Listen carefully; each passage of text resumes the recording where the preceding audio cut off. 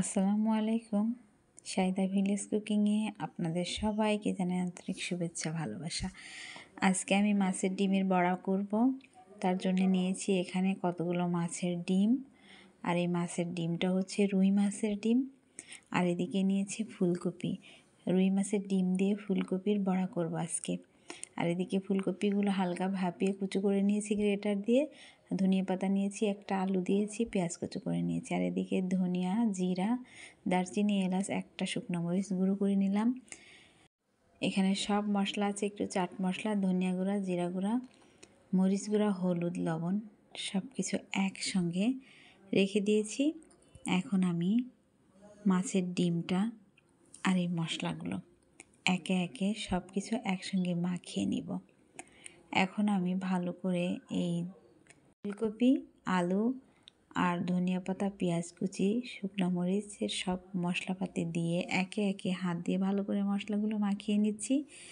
ভালো করে মাখিয়ে তারপরে আমি এখানে দিয়ে দিব মাছের ডিম। লবণ হলুদও দিয়ে দিয়েছি।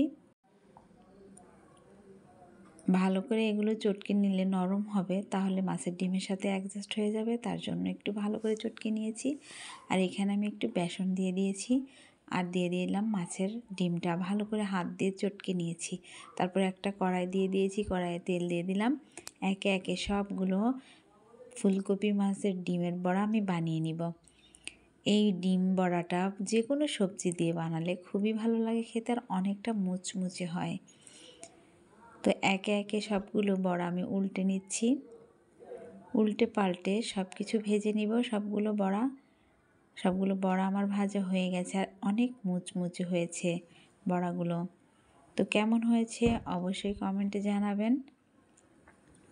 আমি একে একে সবগুলো বড়া তুলে নিচ্ছি।